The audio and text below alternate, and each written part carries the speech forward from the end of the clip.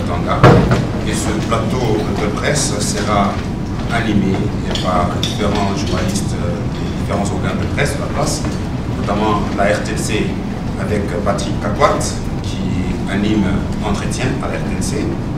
Dynamique, c'est avec VB Kabangi avec Carte sur table. Wantanchi, c'est Charles Branson, qui anime Grande Communication. Alors que RTIV, c'est avec José Mukendi, Carrefour d'analyse. RTCL va intervenir avec Tansia Kafat, j'espère bien, et Philly Sabanga avec 00243, Affaires nationales, Héritage, Eugène Kibwe avec la rencontre du public, du politique, excusez, et Kyondo avec Berthier qui anime aussi une émission politique à cette chaîne. Mais quand il dit que Chadari a un parrain qui va l'accompagner, qui va le soutenir, lui, il avait déjà fait la première fois son choix, il avait élu pour Bemba, et aujourd'hui, lorsque la CENI va donner la liste des présidentielles, il choisira. Merci beaucoup. C'est très important. Le président Kengo a 3 casquettes. Je vais vous les présenter. Il est président du Sénat. Il est président de la composante Les Républicains, indépendants, qui est membre du FCC, et il est originaire de l'Équateur. Vous savez, j'ai suivi avec beaucoup d'intérêt les déclarations du président Kengo. Permettez-moi, quand j'aborde la partie du postulat sociologique, parce que c'est dans ce postulat sociologique qu'il parle de Bemba, je vais prendre un syllogisme cher à Voltaire. Voltaire nous a dit, dans ses réflexions un jour, qu'un nègre est un noir, blanc, quand on s'en tient aux dents. Il est donc noir et non noir. Voilà comme ça, comment je comprends les réflexions de l'honorable président Kengo Adondo. Il faut les prendre en hauteur. Parmi les hommes d'État que je connais, Kengo Adondo est parmi les hommes d'État que je respecte. Alors, si je reste dans le syllogisme, le non-dit de ce qu'il a dit sur Bemba, c'est Bemba Saolona est le père de Jean-Pierre Bemba Gombo. Et pourtant, moi, Kengo, je suis un grand ami à Bemba Saolona. Et donc, Jean-Pierre Bemba est mon fils. Et donc, il votera pour lui. S'il vous plaît, pourquoi vous allez sur des conclusions que lui n'a pas faites? Il ne faut pas aller sur un syllogisme sur ce qu'il n'a pas dit. Il ne faut pas lui faire dire ce qu'il n'a pas dit. Nous sommes dans le postulat sociologique. C'est ce que j'aimerais dire à mes frères katangais. Être adversaire politique ne signifie pas que vous êtes des ennemis. Et Kengo nous l'a prouvé. Jean-Pierre Bemba est son fils. Du fait de l'amitié qu'il a avec le père. Il n'a pas dit que lui va voter pour Bemba. Il n'a pas dit. Voyons les mois qui vont venir. Deuxièmement, le postulat politique. Là, 2 casquettes. FCC puis président du Sénat. En tant que président du Sénat, c'est la sagesse incarnée. Il faut savoir faire la part de choses entre les prises de position individuelles et les prises de position de fonction lorsque vous représentez une fonction. À ce titre, il a parlé de Bemba et il a parlé de Moïse Katumbi Chapwe. Quand il parle de Bemba, le président Kengo n'a pas nié le fait que Bemba ait des démêlés avec la justice. C'est pourquoi je vous dis que c'est un homme d'État. Et il vous dit, il attend que la CENI, ce qu'il n'a pas dit, c'est aussi la Cour constitutionnelle, puisse donner la liste définitive. Donc il y a déjà un problème. Il le dit en tant qu'homme d'État. Deuxièmement, Moïse a des problèmes en cours. Et il donne même la piste de solution pour Moïse. Et s'il le faisait, vous pensez, s'il demandait qu'on puisse l'amnistier? Il ne le fera pas, justement, parce qu'on le lui a déjà dit. Lorsque on siège dans la commission sur la décrispation, le cas de Moïse est évoqué. Plusieurs fois, bien sûr. Plusieurs fois. Et son cas, on a même demandé, à un certain moment, si il devait avoir droit à la grâce présidentielle, parce qu'il y a eu la grâce présidentielle. On a demandé à ce que ceux qui avaient des affaires en cours et qui étaient partis en appel, que leurs avocats retirent les dossiers en appel. Ça veut dire que le dossier est clôturé. À ce moment-là, on peut décider. Ils ne l'ont jamais fait. Aujourd'hui, il faut demander une amnistie. Mais je pense que vous avez suivi. Moïse a répondu 24 heures après, dans une des déclarations, où il a dit clairement qu'il n'a pas d'amnistie à demander et que lui n'a rien fait. Alors, nous ne sommes pas dans une république bananière, mes chers amis. Nous ne pouvons pas être en même temps. Nous demandons un état de droit, mais en même temps, nous voulons que le droit ne soit pas appliqué. Ce n'est pas le premier pays, ce n'est pas la première personne qui aura l'amnistie. Mais lorsque vous exercez des fonctions d'État, il y a des moments où il faut prendre une décision qui est conforme à la législation en vigueur. C'est la moindre des choses.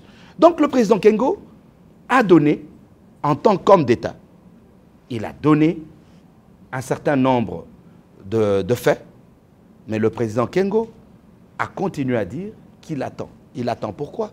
Peut-être qu'il a des déclarations qu'il fera. Je ne suis pas dans la tête du président Kengo, mais je ne peux pas lui prêter des intentions de ce qu'il n'a pas dit. Parce que vous allez vous rendre compte qu'à la première séance, le président Kengo n'a pas signé. L'opposition, les républicains indépendants, n'ont pas signé le 1er juillet. Ils avaient encore une réunion. Ils ont tenu la réunion et il a chargé le ministre d'État Bongongo à venir signer au nom de la composante les républicains indépendants. Je pense, pour ma part, qu'avec toute sa sagesse, il a pris le temps avant de prendre la décision. Là où je me sens encore plus à l'aise, c'est que le président Kengo partage aussi la passion pour le Congo de Joseph Kabila Kabange.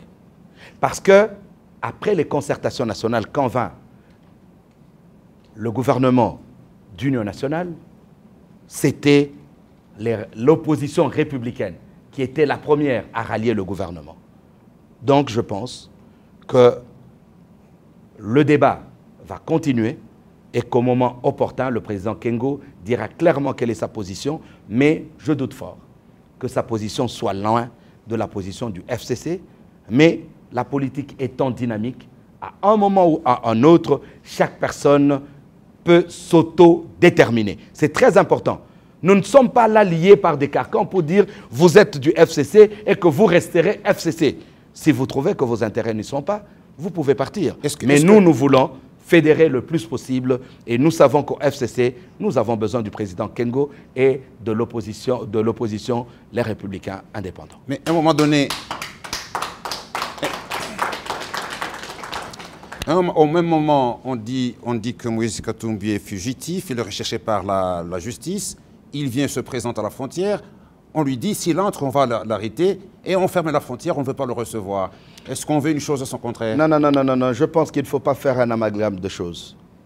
Moi, vous et moi, nous savons que Moïse Katumbi Chapwe ne s'est jamais présenté devant les services de l'immigration congolaise. Le déploiement qui a été fait au niveau de Kasumbalesa, c'est une frontière, vous savez. C'est une frontière. Lorsque vous avez besoin d'entrer chez vous, est-ce que vous allez prendre 1000 personnes que vous faites traverser pour traverser la frontière avec elles? Ou bien vous venez seul, vous vous présentez au service d'immigration et vous traversez? Ce que nous avons vécu à Kasumbalé, ce n'est pas différent des procès publics que nous avons connus à Lubumbashi. Nous savions qu'il y avait tout un comité organisé pour mobiliser les gens et aller au tribunal. Lorsqu'on ne se reproche de rien, mais on va se présenter. Vous voyez, il y a des présidents français et autres qui sont des grandes personnalités qui sont appelés en justice. Combien vous avez vu aller se présenter pour une audition en justice avec 2000, 3000 personnes qui scandent que vous êtes indemne, vous êtes sain, vous n'avez pas de problème. Si vous ne vous reprochez de rien, mais allez-y, allez-y vous présenter. Il devait venir seul, traverser, parce qu'il rentre chez lui, il devait rentrer seul, se présenter auprès des services de l'immigration. Il ne l'a pas Quand fait. vous dites qu'il rentre chez lui, ça veut dire qu'il n'est plus italien, il est congolais? Si il a un... C'est ce qu'il a dit. Je préfère dire ces paroles. Je préfère dire ces paroles. Il a dit qu'il voulait rentrer chez lui. C'est ce qu'on a présenté à la presse internationale. Mais si vous voulez rentrer chez vous, est-ce que vous avez besoin de vous faire accompagner de 1000 personnes, de 2000 personnes qui scannent derrière vous pour traverser une frontière qu'on traverse seul?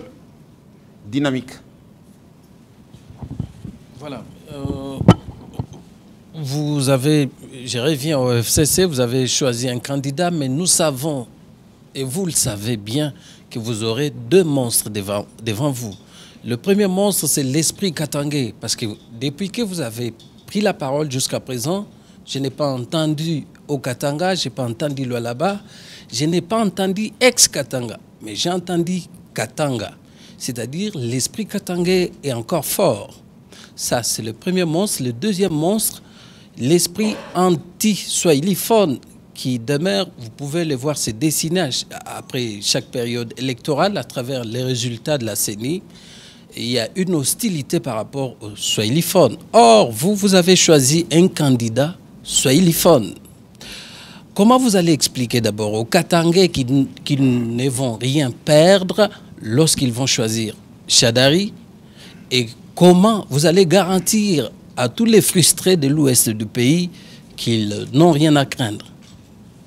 Merci beaucoup. Vos questions sont fondamentales et importantes. Mais vu le niveau du débat, j'aimerais sincèrement que nous ne puissions pas limiter ce débat à des considérations tribales, ethniques ou des considérations provinciales. Parce que moi, je vais vous rétorquer. Nous avons le devoir. Un leader, c'est celui qui explique à ceux qui le suivent. Un leader, ce n'est pas celui qui est mené par la masse. Mobutu a régné pendant 32 ans. Nous avons pris le pouvoir. Nous l'avons pendant 20 ans, 21 ans même. Et nous voulons demain que nous ayons encore le pouvoir. Est-ce qu'il faudrait pour cela que ce ne soit que nous? C'est ça la question fondamentale. Au lieu de poser la question qu'il faut seulement un Katangais, il faut plutôt se poser la question quelle sera la place du Katanga dans la nouvelle configuration avec Shadary comme président. Je pense que c'est ça la question fondamentale. C'est de ça que je parle avec mes frères. Si je dois venir ici pour continuer à inciter les Katangais, nous risquerons d'aller jusque dans la sécession. Qu'est-ce qu'on va gagner? Qu'est-ce qu'on va gagner? Qu'est-ce que les autres peuples vont dire? Sont-ils venus accompagner seulement les Katangais? C'est une question. Donc nous pensons pour notre part que pour être grand, à un certain moment, il faut savoir faire des concessions. Faire des concessions ne signifie pas qu'on est battu. Faire des concessions ne signifie pas qu'on a perdu. Faire des concessions signifie qu'on reconnaît la grandeur dans l'autre aussi et qu'on peut continuer à travailler avec les autres tout en étant grand. C'est ça l'esprit katangais. Parce que si vous me dites dans ces termes-là, je ne sais pas si jusqu'à la fin de l'existence de cette République, il n'y aura qu'un président katangais. Ce n'est pas vrai. Ce n'est pas vrai. Nous devons avoir le courage d'accepter que nous pouvons aussi être dirigés par les autres, comme les autres ont accepté d'être dirigés par nous. C'est ça l'esprit nationaliste. Mais nous devons nous battre et nous dire que demain, nous pouvons toujours récupérer ce pouvoir. C'est ça être grand. Être grand ne signifie pas crier sur les toits. Ce n'est pas le peuple qui vociférera le plus, mais c'est le peuple qui fédérera de plus autour de lui les autres peuples qui sera le grand peuple. Je pense que ça, c'est très important par rapport à l'Ouest. Ça, c'est le deuxième débat. Lorsque vous voulez singulariser la République démocratique du Congo en un combat entre l'Est et l'Ouest, je vous dis sincèrement que vous serez toujours dans les frustrations en frustration. Mais ce problème peut être encore résolu de la même façon que je l'ai dit sur l'esprit katangais. Il est important qu'un débat franc soit ouvert au sein du FCC pour savoir quelle sera la nouvelle configuration des institutions de la République en tenant compte d'un équilibre géostratégique et géopolitique. Cela permettrait de rassurer les uns et les autres et de nous permettre tous d'aller en campagne pour le candidat Chadari, tout en sachant quelle sera la place stratégique de tel bloc, de tel bloc. Là, vous me parlez de l'Ouest. Pourquoi ne parlez-vous pas de l'Est et du centre? Vous pensez que le Kasaï n'a pas sa place dans ce Congo?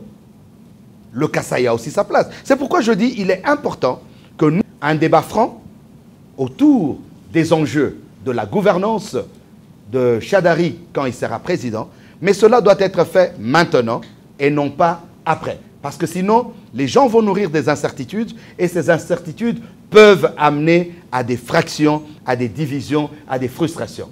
Et nous pensons que comme le président de la République nous a demandé de nous dépasser de nos blocs, régionaux, de nos blocs tribaux, nous pensons qu'il est important quand même que ce débat ait eu lieu parce que la géopolitique fait partie intégrante de la géostratégie. Elle fait partie intégrante de la gouvernance dans ce pays avec tout ce qu'il y a comme réalité interne. Et Jeanne Voilà. Kiboué, héritage. Monsieur le ministre, nous sommes conscients de l'intérêt national de cet échange, mais comprenez le réflexe, l'émission est tournée dans le Haut-Katanga, et donc le réflexe de vous poser une question géopolitique digérée, nous vous prions. D'ailleurs, ma question, nous avions appris que dans votre agenda, vous comptez arriver dans le Holomami. VB l'a dit, vous ne parlez pas du Haut-Katanga ou du Lolaba, vous parlez Katanga. Donc dans votre esprit, la dimension Katanga y est. Alors ma question, n'avez-vous pas l'intention dans votre mission de faire accepter quelqu'un?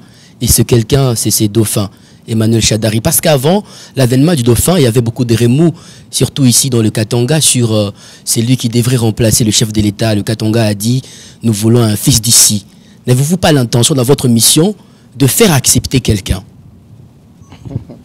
La mission, je ne suis pas seul. Vous savez, quand vous me voyez, c'est peut-être Félix Kabange qui est devant vous, mais le FCC est multifacette et multiforme. Et vous aurez beaucoup d'autres personnes qui seront là après moi, dans le Haut-Katanga, tout comme dans les autres provinces. D'ailleurs, au moment où je vous parle, vous avez la ministre Mumba Matipa qui est dans nos murs et qui est en train de faire un travail de fond, principalement avec le Haut-Katanga. Suis-je venu faire accepter un candidat? Je ne pense pas. Je ne pense pas parce que nous sommes dans une vision. Et cette vision suppose que nous tous, dans notre famille politique, nous avons des visées. Mais je suis venu répondre à certaines interrogations, c'est tout à fait normal, parce que j'ai eu accès peut-être à certaines informations que mes frères n'ont pas. Ça, c'est la première des choses. Donc, il est important que nous puissions donner des informations, échanger les informations et pouvoir discuter. Je pense que le deuxième volet de votre question, c'était par rapport au candidat, si j'ai bonne mémoire. De faire accepter le candidat. Je n'ai pas bien compris. Non, nous ne sommes pas venus pour faire accepter le candidat. Nous sommes venus, je l'ai dit, je pense, dans l'une de mes interventions, que ma première visée, c'est échanger avec mes frères sur cette décision légendaire qui, à un moment donné, on semble l'oublier. C'est d'autres, nous avons eu toutes ces réactions internationales qui ont rendu hommage au président de la République pour la décision qu'il a prise, mais nous devons nous-mêmes nous approprier de cet acte qui vient d'être posé. Mais pour le reste, j'aimerais dire à mes frères du Katanga, parce que vous avez voulu qu'on revienne sur le Katanga. Je ne voulais pas en parler, mais l'émission se tourne au Katanga, vous avez raison, dans le Holomami, je préfère le dire en face. Il y a un problème. Un véritable problème. Nous, en tant que peuple de l'espace katangais, nous voulons une chose et son contraire à la fois. Je préfère qu'on se dise des vérités. Aujourd'hui, on reconnaît que le pouvoir de Kabila était un pouvoir katangais. N'est-ce pas, monsieur le journaliste? Mais ceux qui ont combattu ce pouvoir, étaient-ils du nord ou de l'ouest où il y a eu des katangais? Le G7, la base du G7, c'était où? C'était pas ici? Est-ce qu'on ne sentait pas qu'on était en train de fragiliser le propre pouvoir du Katangais pour qu'aujourd'hui, quand on prend une décision, on se rappelle? Il faut faire très attention. Ça, c'est la première observation. Deuxième observation, je préfère le dire en regardant mes frères en face. Aujourd'hui, quel est le leader katangais qui incarne le leadership inconditionnel et non discutable au niveau de l'espace Grand Katanga. Citez-moi un seul nom. Un seul. Parce que lorsque vous dites que le président devait choisir un dauphin du Katanga, s'il en avait choisi un du Lualaba, le Haut-Lomami allait se lever. Le Haut-Katanga allait se lever. S'il en avait choisi un du Tanganyika ou du Haut-Katanga, ça aurait été la même chose. Donc nous avons d'abord un devoir, que cet esprit katangais, que nous puissions nous sensibiliser pour comprendre que c'est un esprit qui va au-delà des limites de nos provinces. Je ne voulais pas le dire, mais je préfère le dire parce que vous voulez que je le dise. Vous avez l'impression que je suis en train de fuir les questions. Mais nous-mêmes, nous devons d'abord nous organiser. Lorsque nous crions, lorsqu'il y a une frange de la communauté criait qu'il faut un dauphin du Katanga, avait-il présenté ne fût-ce qu'un nom, ou deux, ou trois, des dauphins pressentis? C'est aujourd'hui, comme on n'a pas, le FCC n'a pas choisi un Katanga, qu'on commence à avancer des noms. Ces mêmes noms qui sont avancés, hier, ils étaient combattus par les mêmes Katangais. Aujourd'hui, je préfère le dire, le chef de l'État a mis des Katangais autour de lui. Mais il manque de relais entre nous qui sommes au niveau supérieur et nos propres frères qui sont au Katanga. À un moment donné, vous nous avez même appelés les Katangais de la diaspora. Est-ce que c'est vrai ou c'est faux? Donc, lorsqu'on allait prendre un des Katangais de la diaspora, vous serez les premiers à dire « il ne nous a jamais visité d'ailleurs. Quand il avait telle fonction, vous pensez qu'il nous visitera quand il sera président. » Donc, lorsque vous voulez quelque chose, mes frères, il faut savoir se préparer. Et je le dis, il ne faut pas trop vociférer, il ne faut pas trop crier. Nous devons savoir être stratégiques. Et la stratégie passe par l'unité. La stratégie passe par la cohésion. La stratégie passe par la solidarité. Si nous franchissons ce cap, nous pouvons à ce moment-là, ensemble, vouloir une chose, être déterminés et obtenir cette chose. Voilà ce que je peux dire. Voilà, nous sommes en train de chuter. Alors, je vais donner une question par organe de presse. Charles Bronson, Ouantanchi. Merci beaucoup, Dr Félix Kabange Numbi Mukwamba. Vous avez signé un document à Kinshasa dans lequel vous soutenez le président de la République. Mais ce qui m'intrigue, c'est de voir la signature du général John Numbi. Ça a été fait à dessein ou bien c'est par oubli qu'il a signé? Est-ce que vous avez oublié que l'armée et la police sont apolitiques? Je regrette, je ne sais pas de quoi vous parlez. Moi, j'ai été à la réunion où nous avons fait la déclaration. Chacun a fait sa signature. Vous avez alors un faux document. Parce qu'à la réunion où nous nous sommes réunis, le général John Numbi n'a pas participé à cette réunion. Il y a un document qui circule. Je préférerais qu'on... Non, monsieur le journaliste, c'est très important. Non, il ne faudrait pas qu'on laisse passer une information. Demandez à n'importe qui était à la réunion où nous avons fait la déclaration. Le général John Numbi n'a pas été à cette réunion. Alors, s'il y a un papier qui circule avec la signature du général John Numbi, c'est un faux papier. Je préfère le dire très clairement. Donc c'est un démenti. Mais moi, j'ai la liste, moi, j'ai le manuscrit. Là où les gens ont signé, c'est moi qui l'ai. Parce que j'étais rapporteur. Le général John Numbi n'est ni sur la liste de présence, ni sur la liste de ceux qui ont signé cette pétition. Les images sont passées. On a pris des prises de vue. Je ne sais pas si vous avez vu dans ces images l'image du général John Numbi. Il n'était pas là. Mais je crois que, monsieur le ministre, vous avez suffisamment répondu à cette question. Nous voudrions rester beaucoup plus sur la politique que sur des personnalités militaires. Monsieur le ministre, d'ailleurs, vous n'aimez pas parler souvent des individus. Je n'aime pas beaucoup parce que vous êtes là-dessus. Nous devons parler des idées et des principes. C'est très important. Nous Kakwat, parlerons des individus quand nous viendrons en campagne. Très bien. Kakwat, est-ce qu'on peut être bref et précis parce que la réalisation ne nous permet pas d'aller au-delà? Un peu bref et précis. Justement, pour terminer, monsieur le ministre, vous ne voulez pas parler des individus. La majorité présidentielle nous avait présenté en son temps un projet de société résumé en 5 chantiers, révolution de la modernité. Aujourd'hui, le FCC n'a rien présenté en tant que la personne, à part la personne d'Emmanuel Ramazan. Un fossé communicationnel, il y a cassure, on ne sait pas qu'est-ce que vous préparez pour le peuple. Le peuple dans tout ça. Première chose, je serai très bref. Il y a un programme qui est déjà fini, que nous allons présenter. Mais avant qu'on ne présente ce programme, nous avons un bilan à défendre. C'est très important. Le chef de l'État, dans son état de la nation qu'il a prononcé devant le Congrès, a fait le résumé de sa gouvernance de 17 ans. Mais nous pensons que nous allons le faire aussi en tant que FCC pour présenter d'abord. Parce que comment est-ce que nous sommes différents des autres. Vous avez des programmes de société, ce n'est pas encore le moment, hein. Je ne sais pas, la CENI autorise. Nous avons des programmes de société où on vous dit qu'on planifie pour 100 milliards de dollars. Mais lorsque vous faites toutes les projections, imaginables et non imaginables, vous n'arrivez pas à ce montant. C'est un programme irréaliste.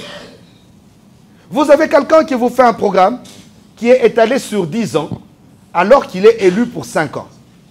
Donc, quelque part, il comprend qu'en 5 ans, il ne pourra pas faire ce qu'il veut proposer aux Congolais. Il demande déjà un deuxième mandat. Or, il sera évalué après 5 ans. Nous avons géré. Nous n'avons pas honte de défendre. Nous allons défendre notre bilan. Une fois qu'on l'aura correctement présenté, nous avons des projections qui tiennent compte des réalités. Parce qu'il y a des choses, ce n'est pas le moment. Nous aurons le temps de passer en revue les autres programmes. Donc, soyez rassurés. Nous aurons le meilleur programme de société parce que nous connaissons le Congo mieux que quiconque pour l'avoir géré. Il y a la SADC qui nous attend. Vous y allez un peu plus rapidement. Voilà. Monsieur le ministre, je voudrais terminer par là parce que c'est une question qui me tenait à cœur et je voudrais avoir votre position. Est-ce que Moïse Katumbi a un problème particulier avec la majorité présidentielle? Je résume cela par sa dernière citation. Il dit « L'usine de fabrication de mensonges de la majorité présidentielle à mon égard est tombée en faillite. » Votre lecture. L'usine de la fabrication de mensonges. Je ne savais pas qu'il y avait une usine qui fabriquait des mensonges. Ça, c'est la première des choses. Moïse Katumbi Chapwe n'a pas de problème avec la majorité présidentielle. Il a un problème avec la justice congolaise. Au moment où je vous parle, il y a un mandat de prise de corps.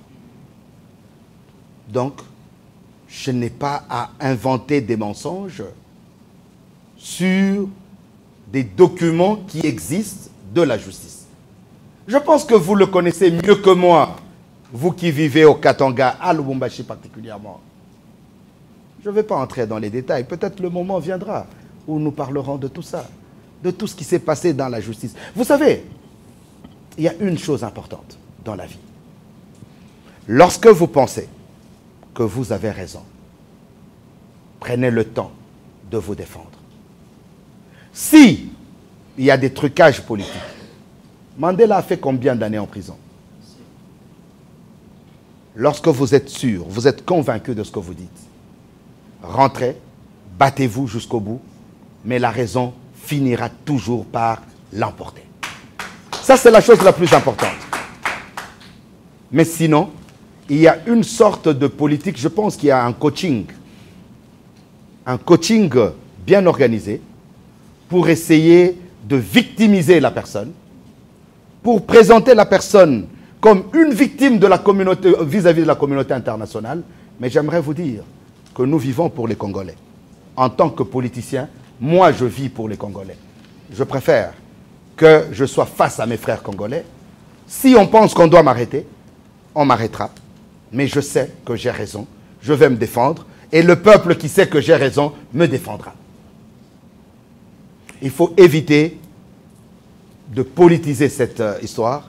Il faut éviter d'aller sur la politique de la victimisation. Moi, j'ai suivi la journaliste de France 24 quand elle interrogeait Olivier Kamitatou, quand elle lui a posé, je ne sais pas moi, 10 fois la question.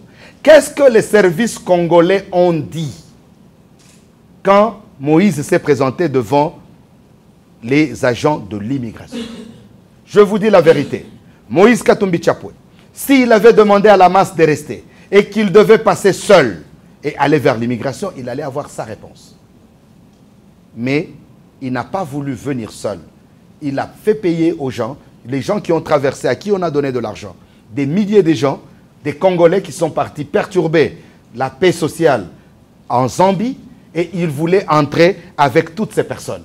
Je pense que nous sommes un pays de droit. La frontière, on la traverse seul et jamais avec une foule. Alors qu'on arrête cette stratégie de victimisation. Moïse Katumbi Chapwe, c'est mon frère. Parce que il a une mère qui est de chez nous. Mais il y a des problèmes qui doivent être résolus par rapport, 1, à la justice, par rapport, 2, à la nationalité. Et lorsque je suis sa dernière intervention, c'est là que j'aimerais vous dire que le problème se retrouve peut-être dans l'homme lui-même. À trop parler, on se contredit. Devant la justice, vous ne pouvez pas arriver devant la justice. On vous accuse d'avoir fait 1, 2, 3, et vous répondez en disant « Non, mais tel aussi avait fait, on ne l'a pas arrêté. » On vous dit que vous n'êtes pas congolais, mais vous dites « Oui, mais il y a aussi d'autres Tanzaniens. » Donc j'accepte, moi, que je ne suis pas congolais ou je n'ai pas recouvré la nationalité congolaise, mais il y a aussi d'autres qui... Mais c'est un problème personnel. Le problème de nationalité, c'est un problème personnel, ce n'est pas un problème de groupe. Peut-être qu'on va y revenir, monsieur le ministre, vous permettez, on avance un peu. Oui, monsieur le ministre, vous avez dit tout à l'heure que vous n'avez pas honte de faire votre bilan. Devriez-vous avoir honte pour avoir géré pendant ces 7 ans? Non, je le dis parce que certaines personnes pensent que nous n'allons pas assumer notre bilan. Parce qu'il est largement négatif ou... Il est très positif.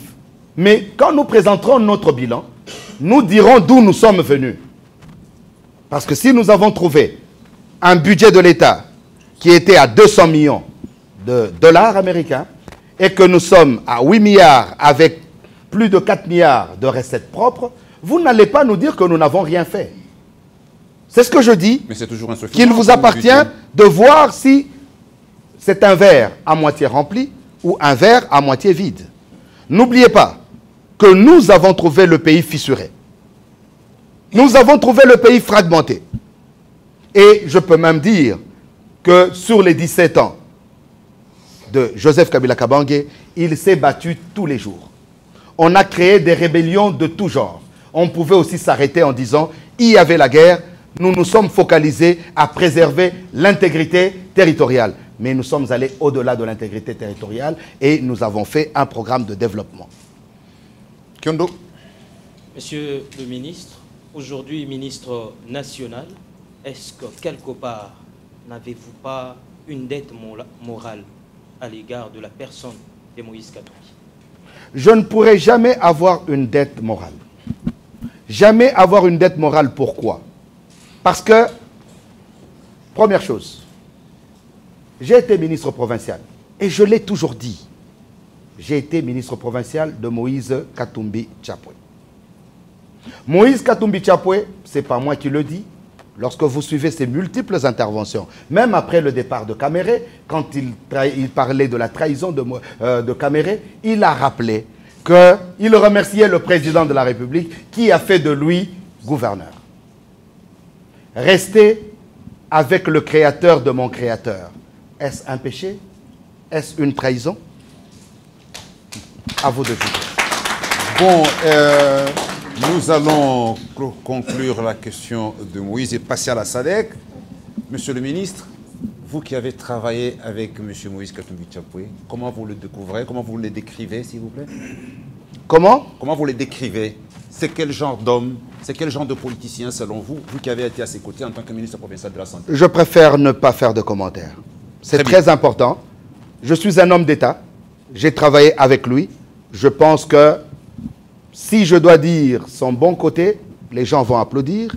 Si je vais donner son mauvais côté, les gens vont me demander pourquoi je ne l'ai pas dit quand j'étais avec lui. Très bien. Alors, rapidement, nous passons à la SADC. Le chef de l'État était au 38e sommet de la SADC, où les pays membres, les chefs d'État et de gouvernement ont salué sa bravoure, ont salué le simple fait d'avoir accepté de renoncer à son pouvoir, donc de respecter la Constitution.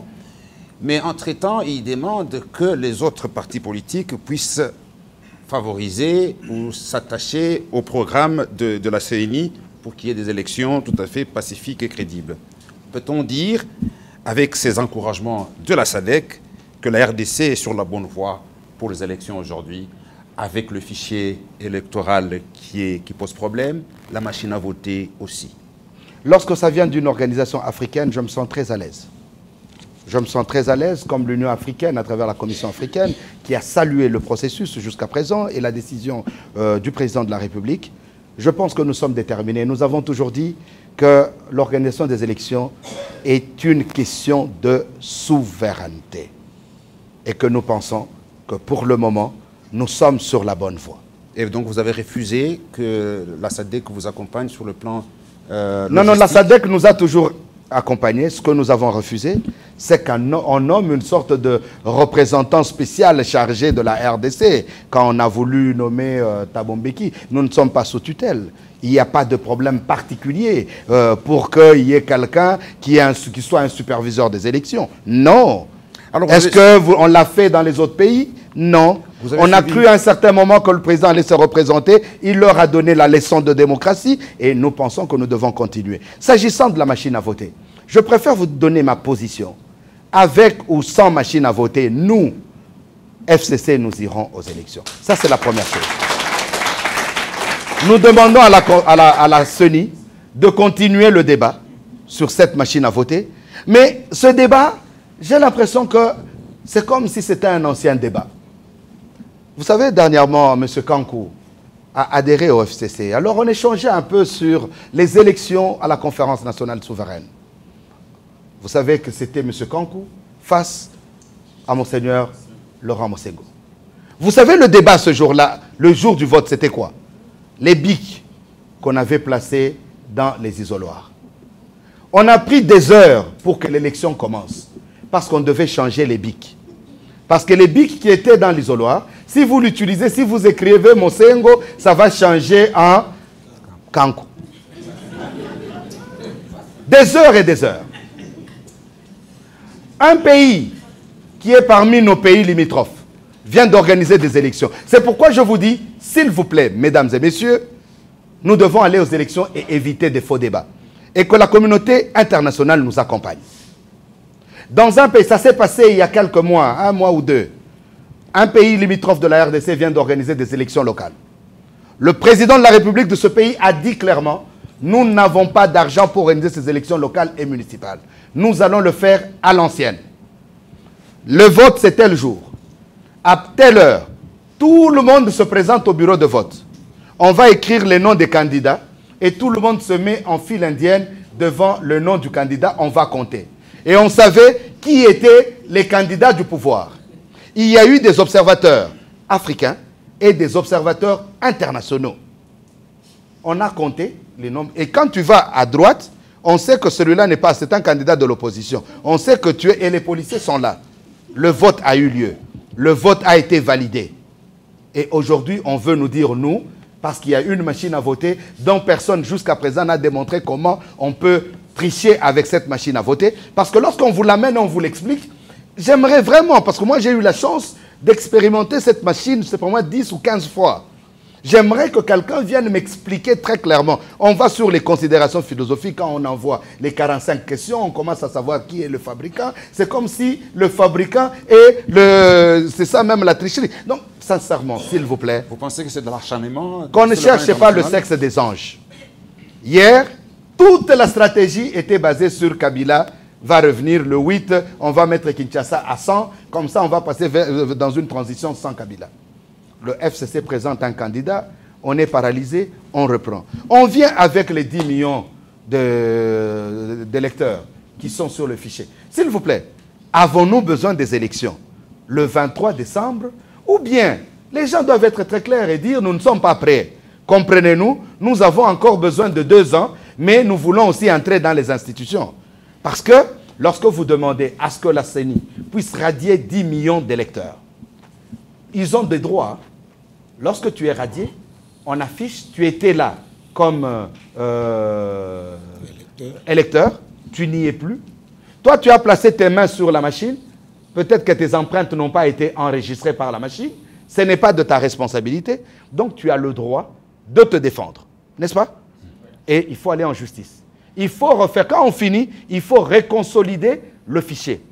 Vous avez vu le temps que nous avons pris pour avoir le fichier que nous avons aujourd'hui. Alors qu'on nous dise la vérité. Il ne faut pas nous dire une chose et son contraire. La vérité, c'est quoi?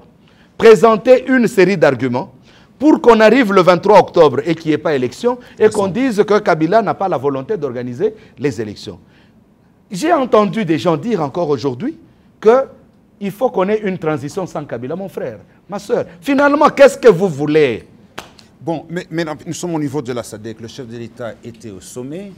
Il a parlé en anglais, alors qu'il parlerait en français. Notre pays est francophone. Pourquoi? La SADC a 3 langues, le portugais, l'anglais et le français. Pourquoi a-t-il utilisé l'anglais? D'abord, notre constitution dit la langue officielle de la RDC est le français. Mais je n'ai pas vu un endroit dans la constitution où on dit on ne peut pas s'exprimer en anglais. En tant que chef de l'État? Première chose. Deuxième chose.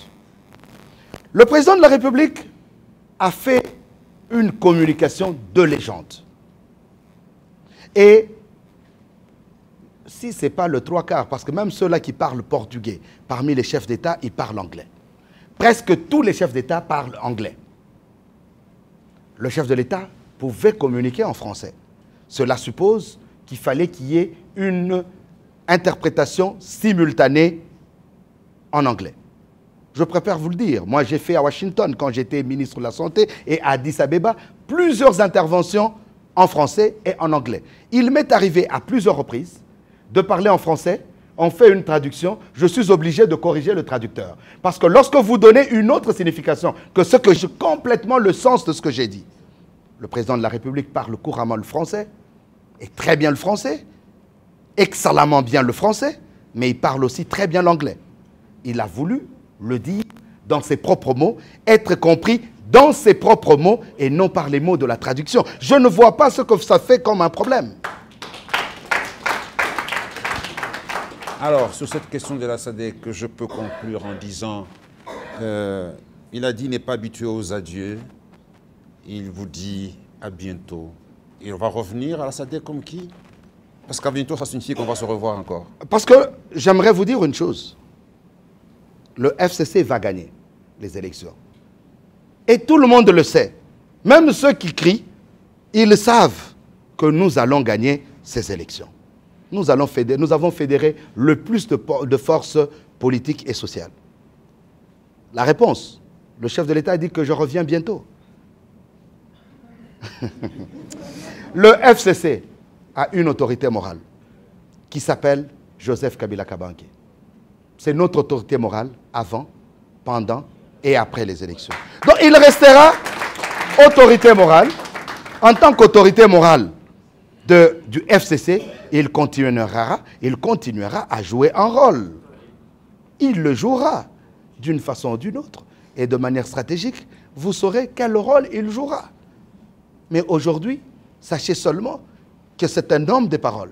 Il a dit, il a fait. Si il a dit, parce que ce n'est pas moi qui le dis, il a dit à bientôt. C'est qu'à bientôt, ils vont le revoir. C'est tout ce que je peux dire. Héritage. Monsieur le ministre, ma question, je la veux un peu générale. Je contextualise. Jean-Pierre Bemba Congo, libéré conditionnellement en dernière minute, après avoir passé une décennie en procès. Le retour de Katumbi devient, à mon sens, diplomatique, alors qu'il a quitté le pays pour des raisons de santé sous permission du procureur général de la République. Le chef de l'État coupe les suspens, choisit un dauphin, un inattendu, vous le savez, mais annonce son retour pour bientôt. Des coïncidences, des événements pour moi ambigus. Finalement, le consommateur de l'action politique, qu'est-ce qu'il doit comprendre? Est-ce un scénario? La question qui va vous sembler peut-être bizarre, quelle est la place de la morale dans l'exercice politique en RDC? La morale. Première chose, je ne répondrai pas de la morale de Jean-Pierre Bemba ou de Moïse Katumbi Chapwe, mais je peux vous dire que le président de la République a fait montre d'un sens élevé d'éthique et de morale par les décisions qu'il a prises. Ça, c'est la première chose. Deuxième chose, Moïse Katumbi Chapwe est parti, malade. Il a été soigné. Est-il rentré? après avoir été soigné. Ne me dites pas qu'il a fait 2 ans de soins. Quand il a été soigné, au moment où il partait, je pense qu'il y a eu des clauses.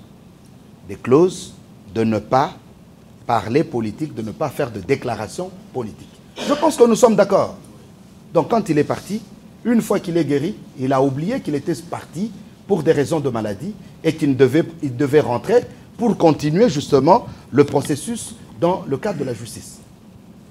Jean-Pierre Bemba Gombo, il est rentré, c'est la cour. Vous savez, quand les tribunaux prennent des décisions, moi, je n'ai rien à dire sur ça. Je suis un homme d'État. Mais lorsque nous faisons des réflexions, nous ne faisons que des analyses. Donc, qu'en retenir de tout cela? Est-ce un scénario? Alors, votre question est très philosophique et vous l'avez voulu générale. Mais moi, j'aimerais la simplifier et la rendre plus spécifique.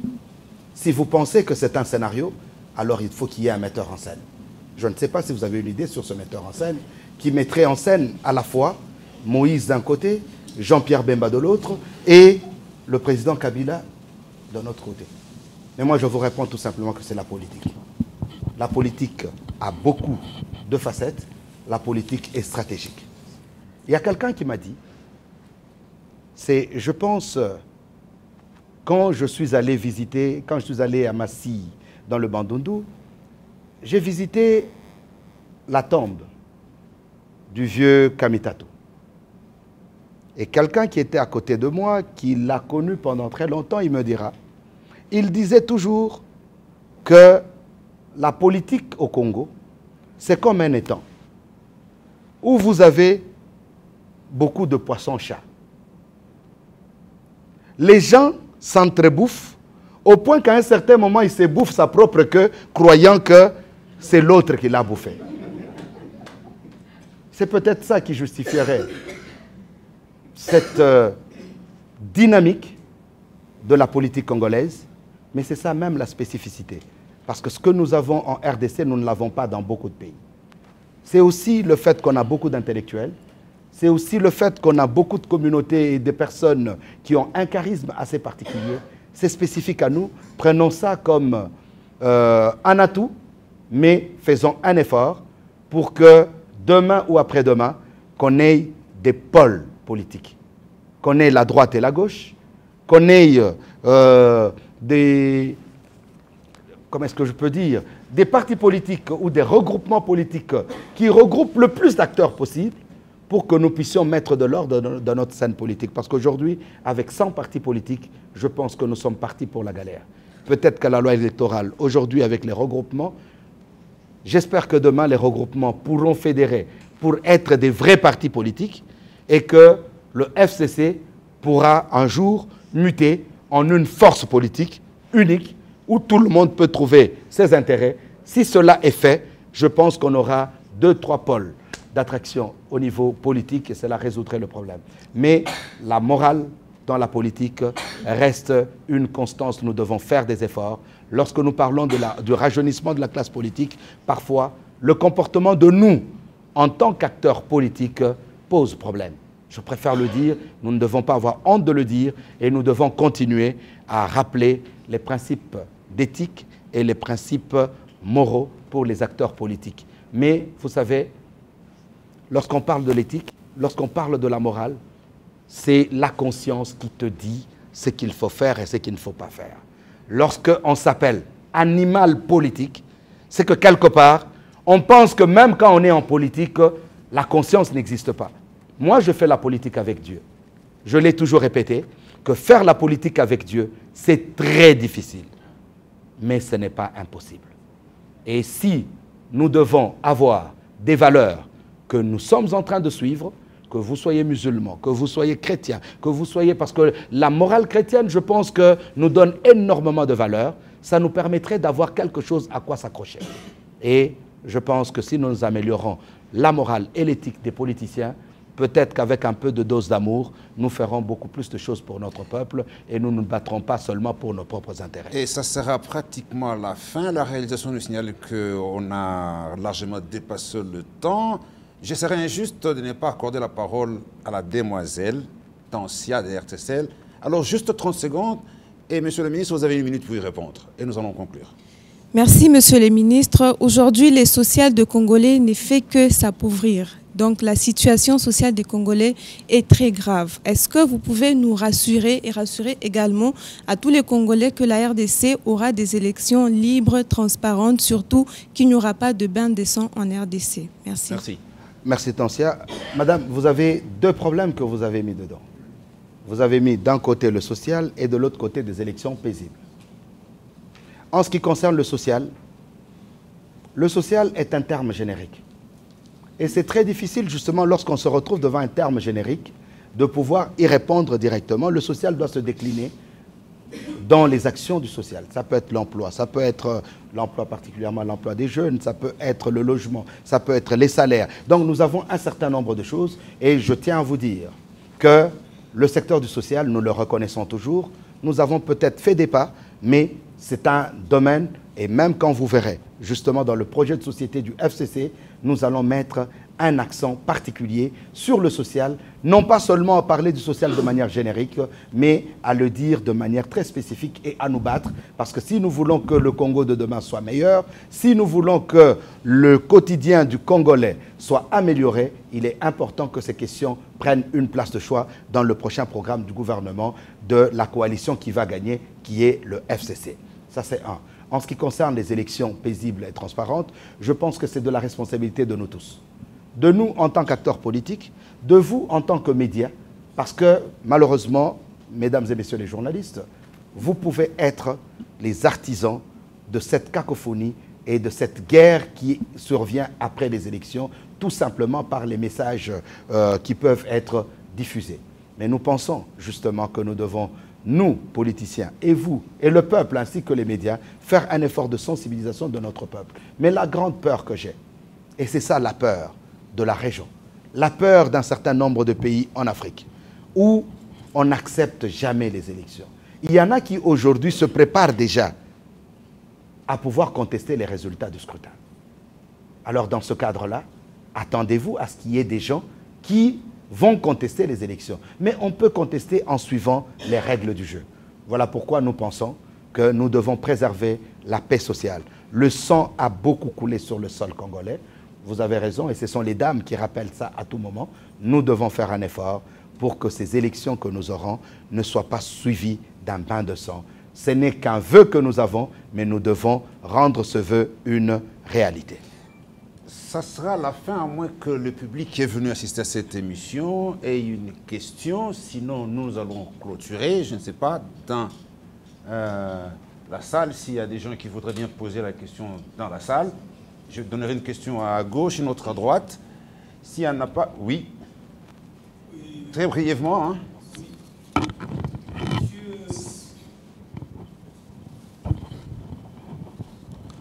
Monsieur le ministre, nous sommes dans le Katanga où Moïse Katumbi, fut gouverneur, connu ici. Et c'est tout à fait important qu'on pose une question par rapport à Moïse Katumbi.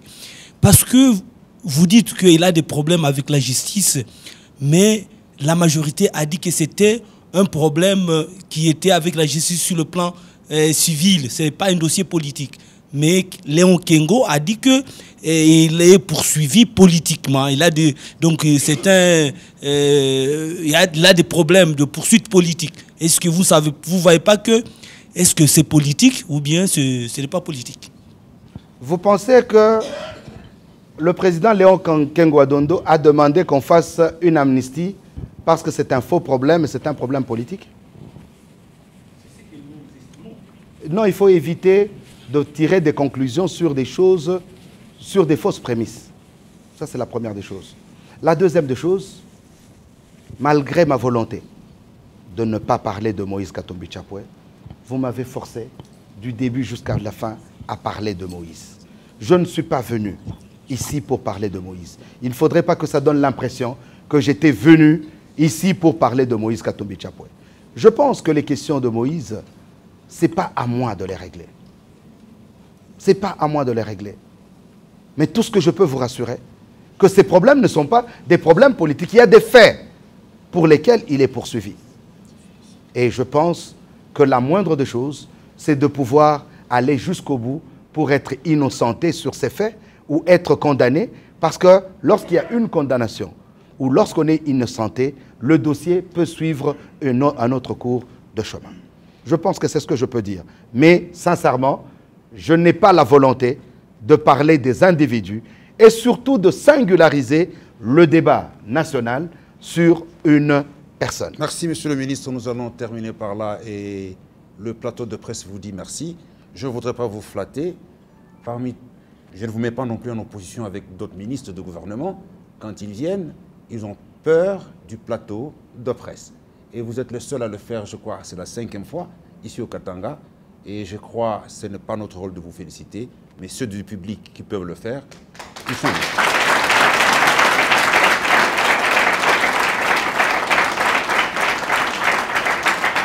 Mesdames, Messieurs, c'est pratiquement terminé pour ce plateau de presse. Avec, je rappelle, nous recevions le ministre Dr Félix Kabange Mukwampa. Il est donc le ministre de l'aménagement du territoire, membre du comité de stratégie du Front commun pour le Congo. J'ai parlé aussi des sécurités et nous avons épulché presque toutes les questions qui cadrent avec l'actualité en RDC. Il était en ce jour à Lubumbashi.